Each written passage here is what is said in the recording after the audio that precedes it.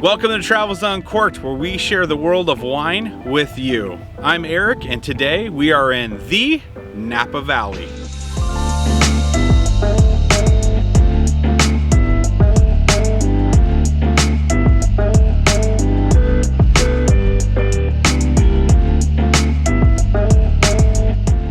Being able to compare two different distinctive properties in Napa Valley.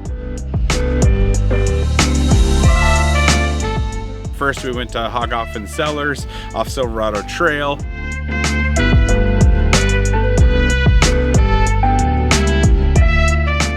They're a little bit smaller of a production. Really get to have a different type of experience. Their tasting room is quite small. It's probably like 20 by 20 feet, maybe a little bit more than that. They have a nice outdoor patio area. They have gorgeous gardens.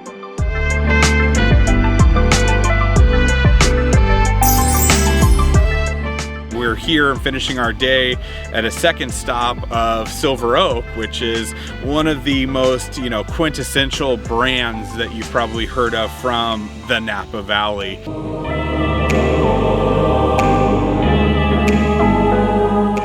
They have, full tasting room, full event area, places to host many more guests, but they're not quite as big as some of the huge guys here in Napa, but they're still a big name and a big brand.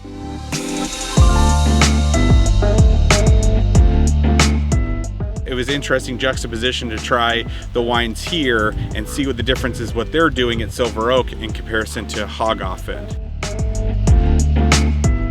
Couple differences that you're going to have in tasting experiences in places like these two different places that we went to today is first Hagafen. We were seated, we had concentrated service where there's one person there, but we had one person that was pouring for any of the groups that were there. There was only one other group while we were there, so we had plenty of undivided attention. We had a lot of our questions answered and had a really good time, had very good service. We felt like family, more than guests when we showed up to Hagafen, and were able to have that experience.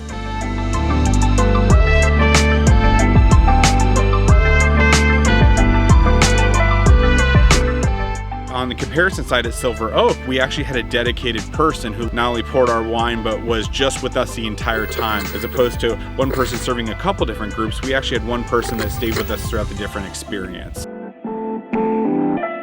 And another difference is the bottle price. Hagafen, a little bit smaller production, a little bit smaller place. You're gonna see wines at a little bit more of a value here in Napa Valley, where Silver Oak, it's a big brand. They don't even have a wine club. They have basically a marketing list of email addresses and their huge mailing database that they've been talking to over time, and they get people that continue to love their wines and continue to buy their wines.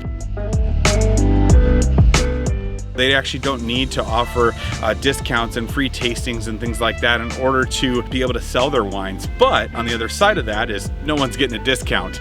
And so when you're paying for the Silver Oak name and you're paying for the Silver Oak label and you're paying for the Silver Oak quality, you're gonna pay the Silver Oak price.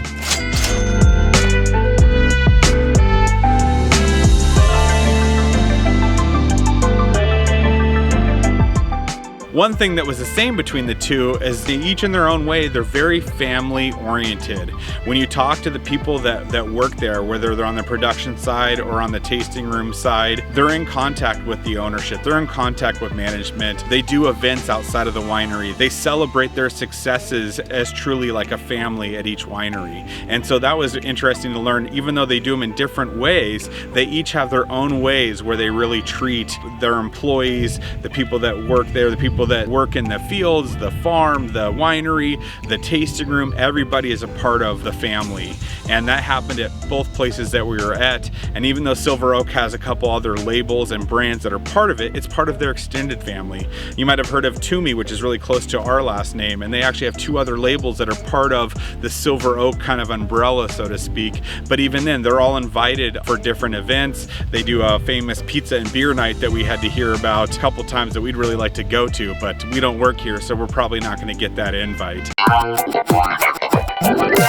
And these are the stories of why we wine travel and why we like to do what we do. Talking to people, understanding it's more than a brand. To the untrained eye, maybe Silver Oak, you might see it as a big, huge conglomerate and then one of these big old names. But there is something beyond that. There is an authenticity. There is a fair treatment of people. There is a family atmosphere, even though they've been able to go from smaller before they had much notoriety and grow into a much larger brand. And so that's refreshing to see. And these are the type of things that you're only going to get by going to the source. We're here at the source about a month before harvest here. These are Cabernet grapes. We're having veraison happen, where it's an exciting time in the vineyard where the grapes start changing colors. We took a little peek in each of their barrel rooms and their production facilities, and they're getting ready. They're cleaning barrels, they're bottling previous stuff, they're making room because the grapes are coming, the harvest is coming. And this year is set to be a very bountiful harvest.